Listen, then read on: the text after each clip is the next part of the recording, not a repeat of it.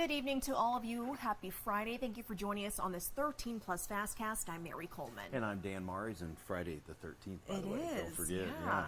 No bad luck so far. No. Well, let's begin with some of your top headlines this evening. Tucson police are investigating multiple homicides that have taken place over the past few days. And one happened last night in an apartment complex on North Tyndall, not far from First Avenue and Fort Lowell.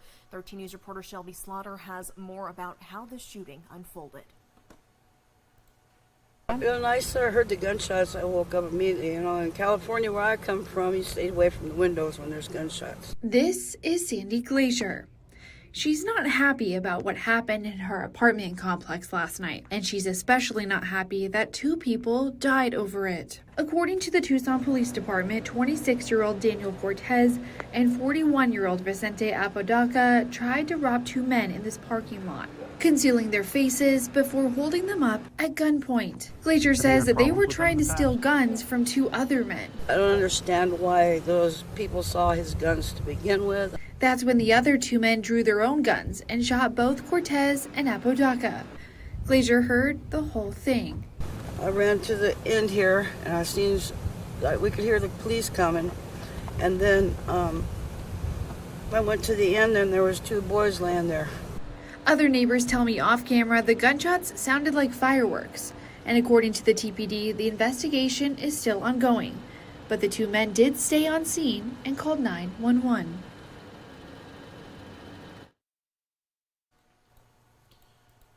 To our website now, KOLD.com. We are also following another double homicide investigation in Tucson police. They just told us about this today, but it happened on Wednesday on Ajo Way, just west of I-19. Officers were called out to an apartment for a welfare check and found 2 people dead from gunshots. Investigators have identified one of the victims as Courtney Ann Kanani Pregel. And police say the other victim is a man. They are still trying to notify his family. The investigation is still in the early phases, but police say neither victim lived at the apartment. We will, of course, keep you updated with any details that we find out in this instance. And there was another homicide investigation near Grant and Alvernon last night. Tucson police say officers found a man shot to death near an apartment. Detectives believe the victim, Edgar Ramos, got into a confrontation with another person living in the complex. They say Ramos had a sharp-edged weapon, but the other person had a gun. Police say that person called 911 and talked to detectives. Investigators are still looking into what happened, and they plan to present their case to the Pima County Attorney's Office. And as we have continued to tell you, street racing continues to plague many neighborhoods on Tucson's far east side and really all over Tucson. Efforts to stop it so far, though, have failed. This has Tucson leaders considering something new: photo enforcement to go along with police enforcement. 13 News reporter Bud Foster has more on how this might work. And it is racing, it is noise, but really it's safety issues. We're hearing gunshots, we're seeing accidents happen. Which means street racing is a multifaceted and multi-layered problem. When hundreds of people get together to show off their cars and their speed, lots of bad things can happen. And it's not always the racers who get hurt. And it's really concerning to people who actually need to be out on the roads for normal business for themselves and their families. And it's especially concerning for residents in Ward 4 on the far east side, where Houghton Road, Harris, and Valencia all have many wide open, straight, isolated stretches of roads which just invite street racers. And thus far, they've been able to get around police efforts to stop it. And as soon as we do something, folks adapt to what we're doing. So I don't know what the single thing might be. I think it's going to be multiple things that we pull together as a solution. But what I'm hoping to do is just kind of experiment. One of those experiments might be cameras. No racing photo enforcement zones, something other cities with the same issue have begun to experiment with. Taking an area which has a high propensity for street racing and setting up cameras along with the police presence. But with motorist animosity towards cameras, speed or otherwise, they voted them down in 2015. It could be problematic. So my goal for this week, for next week on Tuesday, is to talk with TPD, talk with the city attorney, with the mayor and council to see what options we can actually experiment with and start to do that.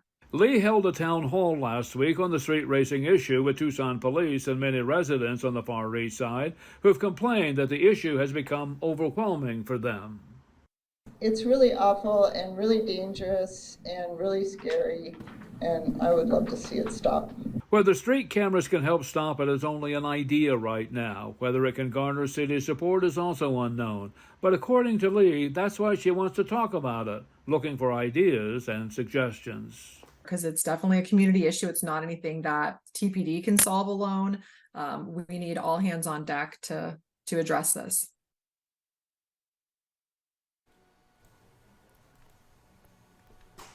The FDA is asking for your opinion on banning some hair straightening products. That includes chemical relaxers and pressing products that have been linked to health risks. The proposed rule would ban products that contain formaldehyde and other formaldehyde-releasing chemicals like methylene or glycol. Scientists have long identified an increased risk of certain hormone-related cancers, including ovarian, breast, and uterine cancers. Research suggests that about 50% of products advertised to some women contain these types of chemicals. According to the Harvard T.H. Chan School of Public Health, about 7% are advertised to white women. The proposed rule says that the products are also linked to short after the FDA reviews those public comments. The agency will decide whether further action is needed. And as many of you likely know, a celestial event happening tomorrow has TEP facing an unusual challenge, but the electric company says it's ready for the annular solar eclipse. Now, take a look at this map here from NASA. That line that crosses the Four Corners area is where the sun will be almost completely blocked by the moon, leaving only the so-called ring of fire, Dan. In Tucson, we're expecting to see 80% of the sun blocked as the eclipse reaches its peak between 8:15 and 9:30 Saturday morning tomorrow. And because TEP gets so much electricity from solar, they expect to lose energy production that would power about 90,000 homes. So it's a big hit, but TEP says don't worry because they have already secured enough power from other sources to cover the event. And something important to note, Dan, because I don't know if we've preached this enough, but people need to protect their eyes if they are going to go out and take a look at this. And it's not just sunglasses. I mean, when you're looking at the sun, they make special solar viewing glasses. So please, please don't be looking at the sun. It has to kind of think it doesn't need to be said, but we do need to remind people because they might get a little excited and come on out. All right. Well, Corey, we're going to take a look here at this eclipse that's going to take place tomorrow. I know that we are having a couple of technical difficulties, but if you want to just really quick touch on what the weather's going to look like for the morning with people looking at the solar eclipse. Absolutely.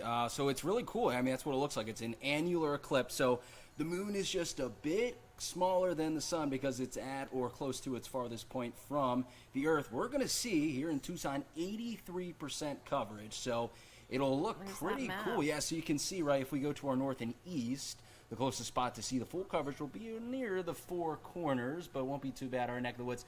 So what I'm tracking is just a little bit of cloud cover, and it's moving in right now through tonight. A lot of models are having that clear to cloud line right around Tucson during the time of its peak, which is 9:30. We'll see. Some of the models tend to generalize the cloud cover, showing just cloud cover all over the place, but maybe some spots where it's clear. So we're watching that. Overall, your best chance of seeing clear conditions to get the best viewing experience will be as you move towards your west and northwest of Tucson. So people in Cochise County have a lower chance. As you move towards the west, a little bit of a better chance of seeing those conditions. Again, it'll start around 8 o'clock, peak around 9:30, and the event will end at around 11 a.m. tomorrow. Perfect. Right. Thank you, Corey. Appreciate it. Looking forward to that for sure. Well, we are going to end the newscast on a pretty funny note, Dan. A black bear broke into a home in Connecticut recently, made itself at home, and of course raided the freezer. Why wouldn't it? Why not? Free food. The incident was all caught on video. Aya Galal reports. It was all captured on Ring cameras inside of this Barkhamsted home. A black bear breaks into this house through a window screen and roams around for a bit. You can see him going from room to room, so like as comfortable as I am in my house. Here you could see the bear entering the kitchen, opening up the freezer, grabbing lasagna, and then ultimately leaving the house through the kitchen window. It's very hard to believe. My mom made me some lasagna, I left it in the freezer, and the bear just, took it. Helena Richardson was at work when she got a Ring notification on her phone about something being inside her home. I knew no one was supposed to be at home at that time, so I checked, and indeed it was a bear.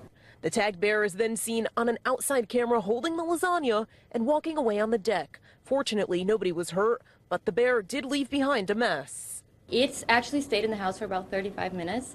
This comes as black bear sightings are becoming increasingly common in Connecticut. They're even being spotted in more heavily populated areas, according to DEEP. Conflicts with bears have tripled over the last 5 years in Connecticut. According to the Department of Energy and Environmental Protection's latest data, there have been 34 reported home entries in Connecticut this year and 2 bear attacks on humans.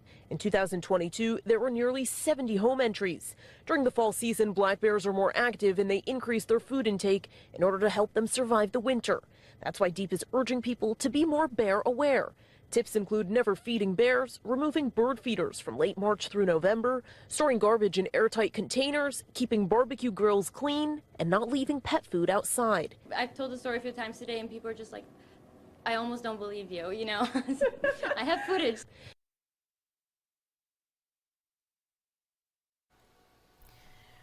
Well, if that bear doesn't have a name yet, I suggest Garfield. Garfield. He just wanted the lasagna, man. I mean, can you imagine turning on your Ring Cam on your phone, getting that notification, and you see a bear in your house? I don't know what I would do. I don't either. Like, do you go home to try and figure it out? Shoot Call out the door? 911? Yeah, I don't know. I'm glad there weren't any pets or babies running around in nobody's there. hurt, So just the lasagna stolen. just lasagna. Wonder what kind of charges that bear faces. So cute. Well, we will leave you all with a live look outside right now overlooking Tucson. There's some of those clouds Corey was talking about. Yeah, hopefully they won't interfere in that solar eclipse tomorrow morning. But hey, we hope that you join us for 13 News live at 10. We'll see you in a couple hours.